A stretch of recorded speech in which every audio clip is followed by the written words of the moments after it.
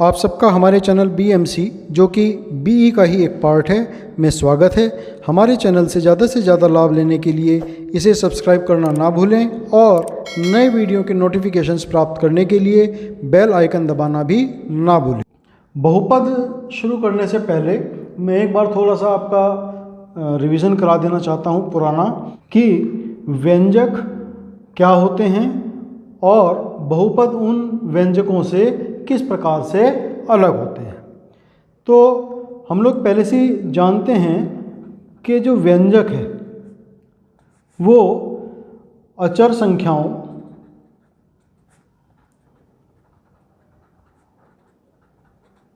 यानी कि कॉन्स्टेंट्स, चर संख्याओं वेरिएबल्स मीन्स, और जो हमारे मैथमेटिक्स के संक्रियाएं हैं प्लस माइनस मल्टीप्लाई डिवाइड, है ना, जो भी कुछ है चारों, इन सब का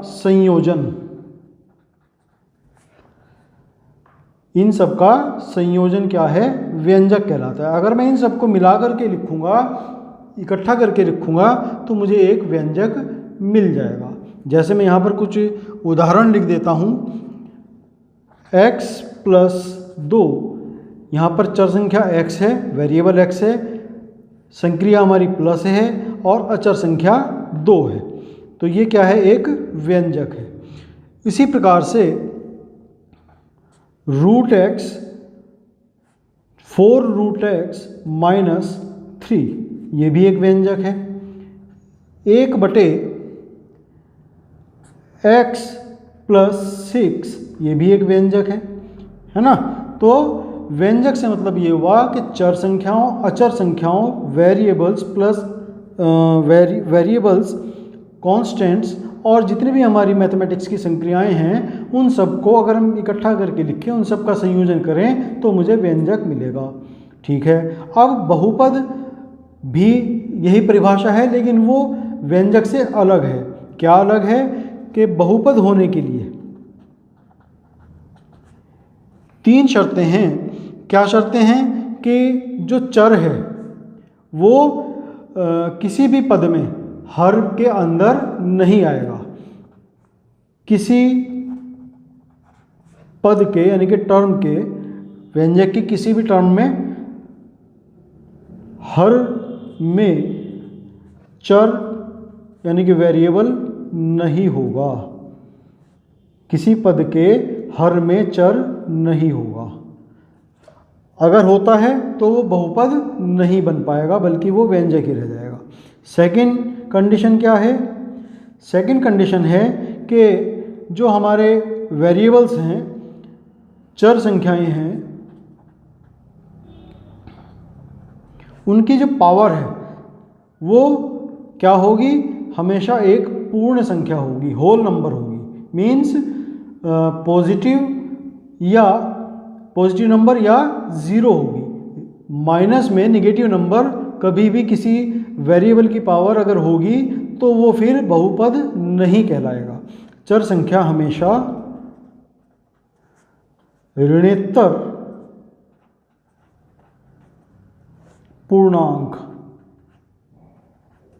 means other than negative integers जो होगी, हमेशा उनकी पावर होगी किसकी, चर संख्याओं की।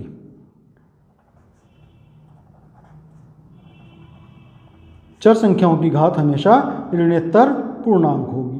तो ये कुछ शर्तें हैं। अगर इन शर्तों को हम लागू करेंगे तभी कोई व्यंजक बहुपद कहला पाएगा। जैसे यहाँ पर मैंने 3 उदाहरण दिए थे, तीनों उदाहरणों में देखेंगे ये बहुपद है, x प्लस 2 बहुपद है, व्यंजक तो सभी हैं, ये बहुपद भी है। अगर हम बात करें 4 रूट x माइनस 3 की, तो ये बहुपद नहीं है। क्यों नहीं है? क्योंकि यहाँ पर हमने लिखा है 4 root x means 4 into root हम लिख सकते हैं x to the power half minus 3, जबकि हमने कहा चर संख्या की घात हमेशा ऋणोत्तर पूर्णांक होनी चाहिए। यहाँ पर पूर्णांक ना होकर के परिमेय संख्या है। ठीक है ना। तो इसलिए ये भी बहुपद नहीं होगा।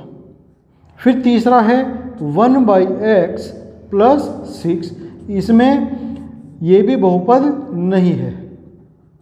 क्यों बहुपद नहीं है? क्योंकि जो यहाँ पर x जो है हमारा कहाँ चला गया, नीचे डिनोमिनेटर में चला गया। डिनोमिनेटर में जाने का मतलब क्या होगा, 1/x है तो मैं इसको लिखूँगा x⁻⁻1, दोनों एक ही बात है ये। अगर यहाँ पर 1/x² होता तो मैं इसको लिख सकता x⁻⁻2। तो जबकि हमारी सेकंड शर्त है कि चर संख्या की जो पावर है, घात जो है, वो हमेशा ऋणोत्तर पूर्णांक होगी, means other than negative integers. तो यहाँ पर ये निगेटिव इंटीजर्स है तो इसलिए ये बहुपद नहीं हुए। ठीक है, तो बहुपद होने के लिए हमारी दो ही शर्तें हैं कि जो वेरिएबल है वो कभी भी डिनोमिनेटर में नहीं होगा, फर्स्ट, एंड सेकंड जो वेरिएबल है उसकी जो पावर है कभी भी निगेटिव नहीं होगी या कोई भी रेशनल नंबर नहीं होगा, केवल और केवल 0 या फिर पॉजिटिव इंटीजर्स ही पावर्स में आ पाएंगे, तभी वो जो है बहुपद बन पाएगा। अब बहुपद कई प्रकार के होते हैं। यहाँ पर सबसे पहले हम बात करेंगे रैखिक बहुपद, लीनियर पॉलिनोमियल।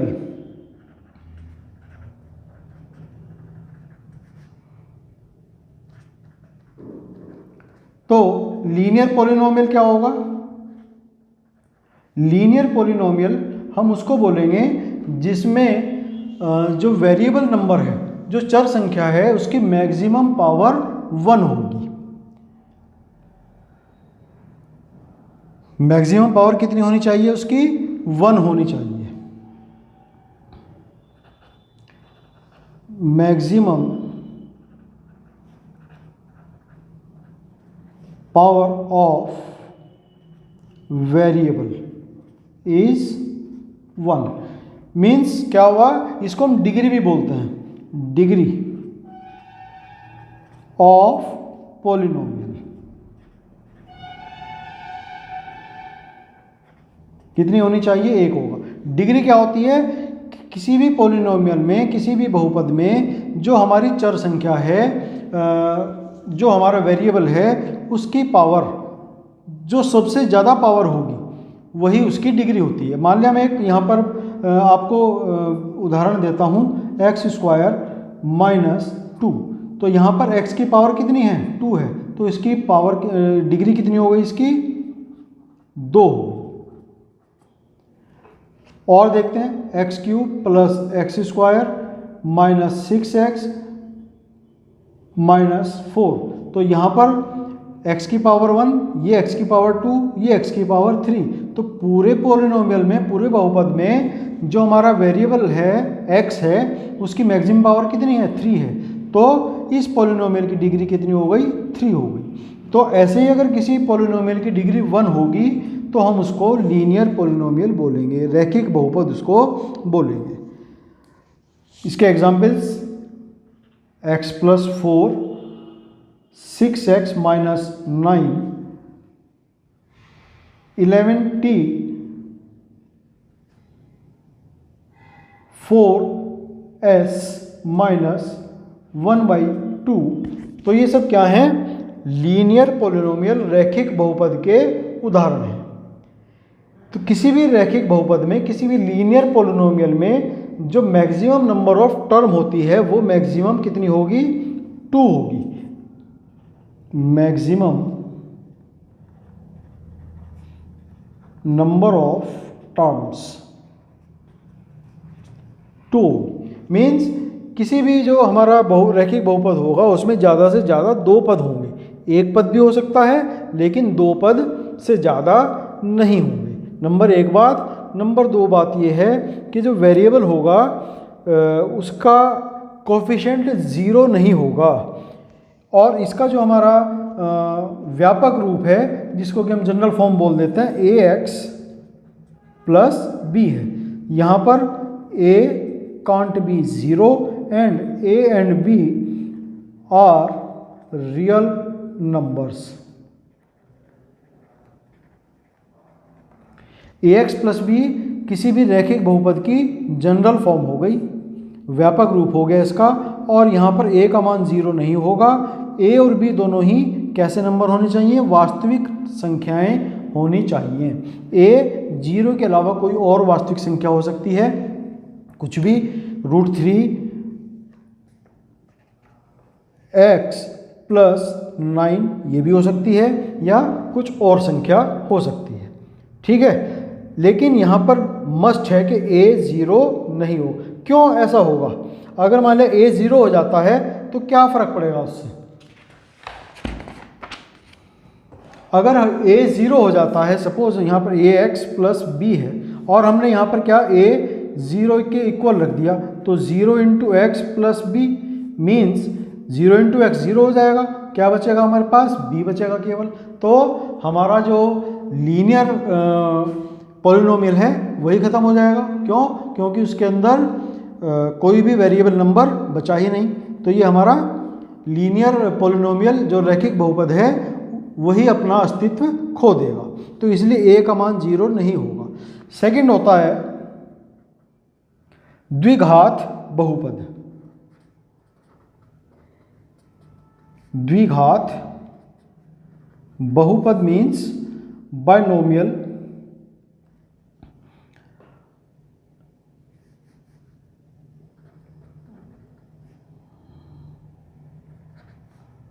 पॉलिनोमियल। खाली बाइनोमियल बोल सकते हैं या क्वाड्रेटिक पॉलिनोमियल भी हम इसको बोल सकते हैं। Quadratic polynomial.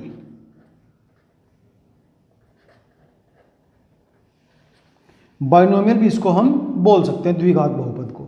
इसके अंदर क्या होगा?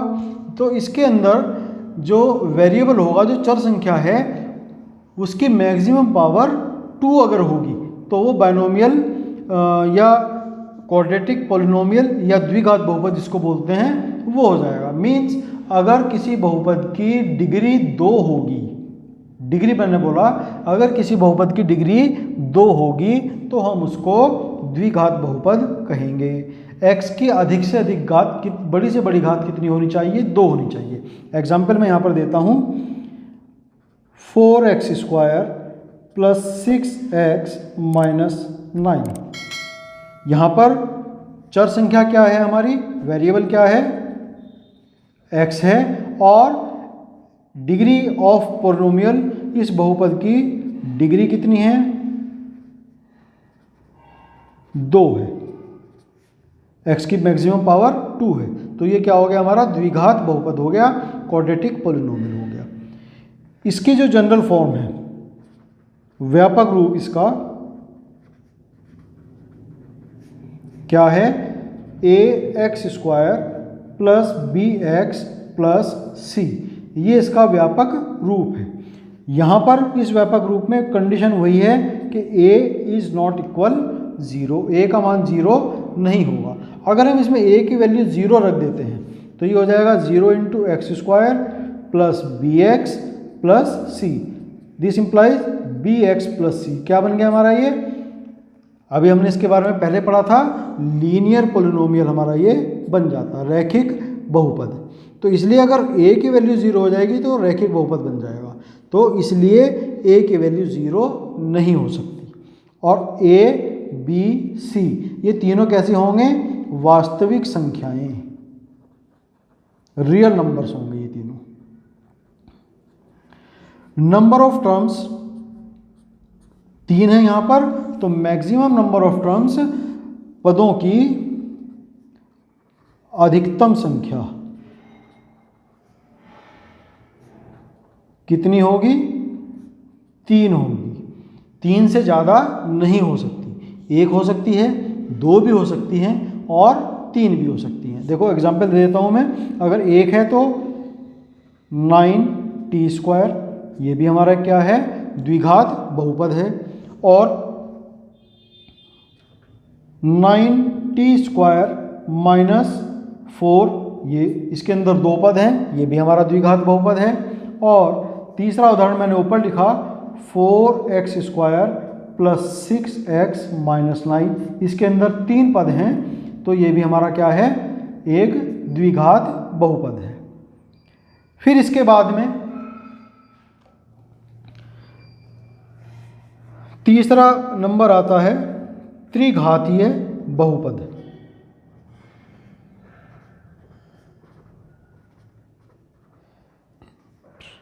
Cubic polynomial.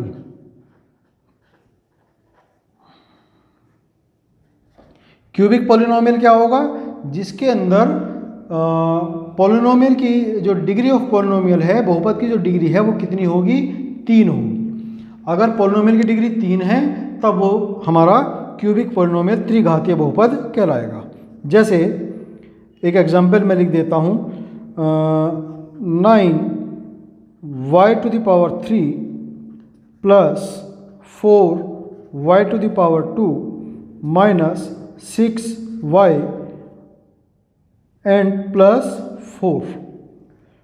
तो ये क्या हो गया? हमारा त्रिघातीय बहुपद का एक उदाहरण हो गया। बहुपद की डिग्री कितनी है? बहुपद की घात जिसको बोलते हैं हम 3।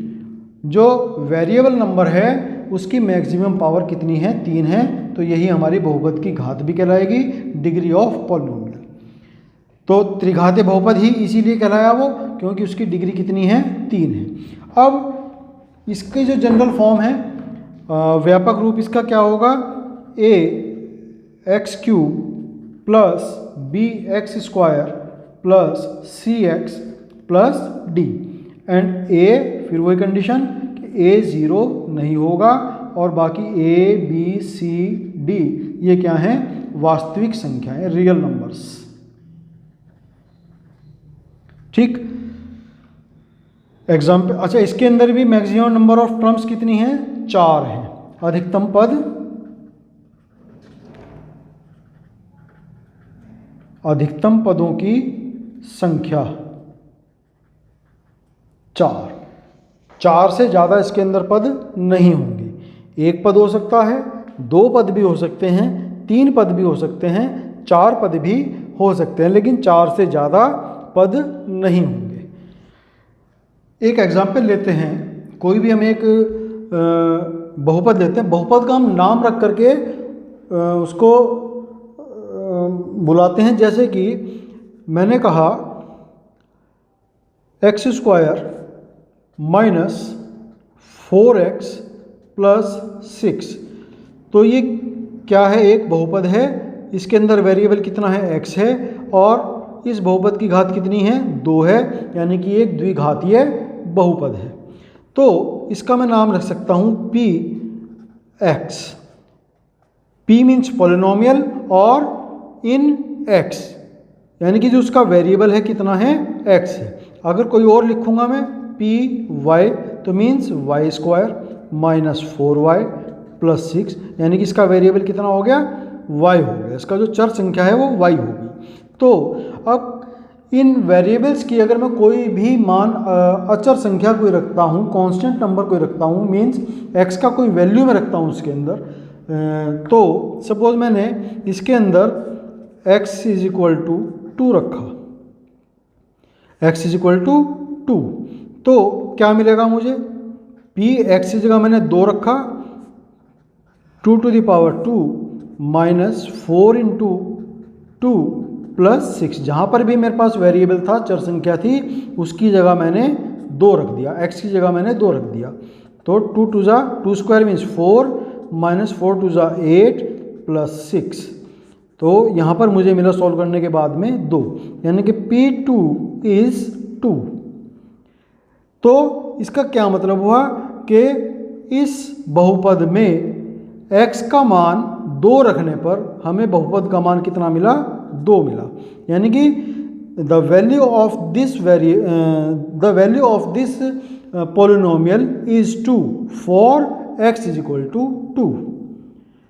कुछ और मान रख के देखते हैं। x = सपोज मैंने 3 रखा यहाँ पर, तो P3 में इसको यहाँ पर लिखूंगा। x की जगह जो भी मान रखेंगे वही मान हमें यहाँ पर रखना है।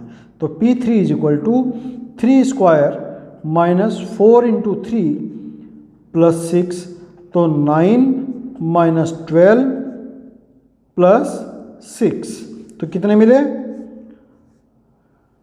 3 मिले।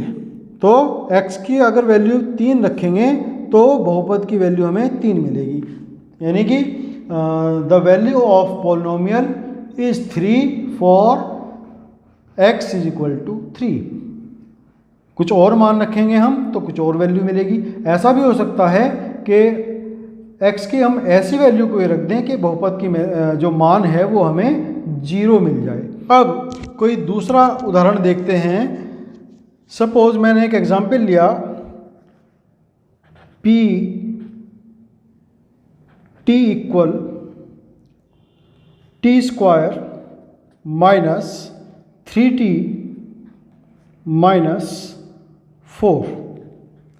यहाँ पर हमारा वेरिएबल क्या है? चर संख्या t है। तो अब t के अंदर हम कुछ वैल्यूज रखते हैं। सपोज मैंने यहाँ पर t इज इक्वल टू -1 रखा, मीन्स p -1, जो t है उसकी जगह मैंने -1 रख दिया। तो ये हो जाएंगे -1 टू द पावर 2 -3 इंटू -1 -4। तो 1 -1 स्क्वायर 1 होगा, माइनस और माइनस प्लस, तो ये हो जाएंगे प्लस के 3 माइनस के 4। 3 + 1 4 -4 0। तो यहाँ पर हमें जो है t इक्वल -1, अगर t की वैल्यू -1 रखते हैं तो बहुपद की मान हमें 0 मिलते हैं। तो वेरिएबल के ऐसे वैल्यूज़, चर संख्याओं के ऐसे मान जो बहुपद में पॉलिनोमियल में रखने पर उस पॉलिनोमियल की वैल्यू ही 0 मिल जाए, मीन्स p इक्वल 0 हो जाए, तो हम उन वैल्यूज़ को क्या कहेंगे? उस पॉलिनोमियल के लिए उस पॉलिनोमियल की या उस बहुपद की शून्यक कहेंगे, जीरोज कहेंगे। यहाँ t इक्वल टू -1 क्या है? एक t equal to -1 p t का एक शून्यक है, 0। और भी 0 हो सकते हैं इसके, तो और 0 देखते हैं।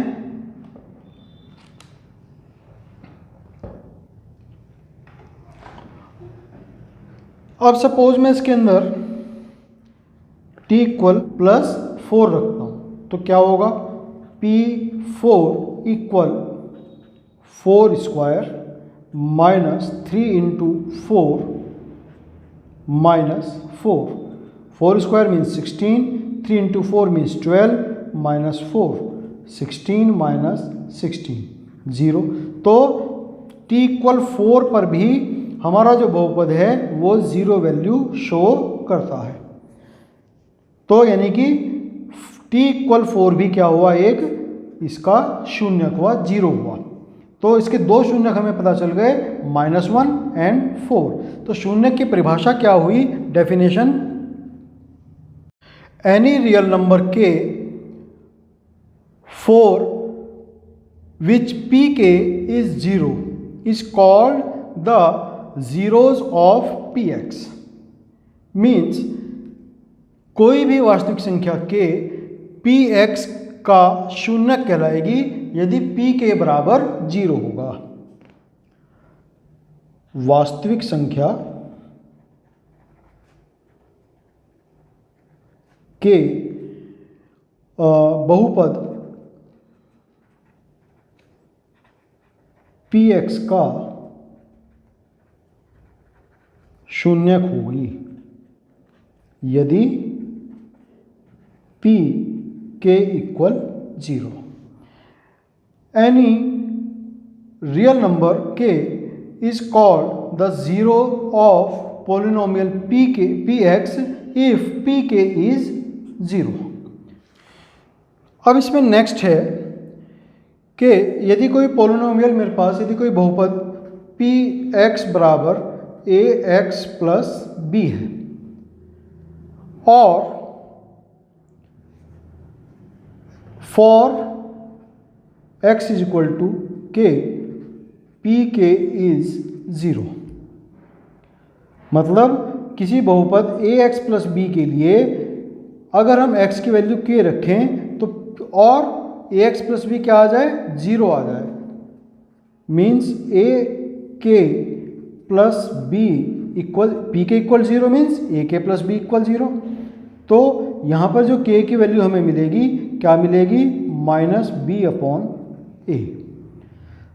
और के क्या है, के इज 0 ऑफ पी एक्स, के एक शून्यक है किसका, पी एक्स का। तो यहाँ पर हमें पता चलता है इससे कि किसी भी शून्यक में और उस बहुपद के जो पद के गुणांक हैं, पदों के जो गुणांक हैं उनके बीच में आपस में एक रिलेशन होता है। देखो बी भी यहाँ पर गुणांक है और ए इस एक्स का गुणांक है ना। तो there is a relationship between 0 and the coefficients of terms of the polynomials. यहाँ पर जो संबंध निकला हमें, रिलेशन निकला, के is equal to minus B upon A. इसी तरीके से जो है और संबंध हम फाइंड आउट कर सकते हैं। बाकी हम नेक्स्ट वीडियो में करेंगे। तब तक के लिए आपको शुभकामनाएं। अगर आपको मेरा वीडियो पसंद आता हो तो इसको लाइक अवश्य करें और ज़्यादा से ज़्यादा स्टूडेंट्स इसका लाभ उठा पाएँ, इसके लिए इस वीडियो को या मेरे सभी वीडियो को ज़्यादा से ज़्यादा शेयर भी अवश्य करें। धन्यवाद। आपका दिन शुभ हो।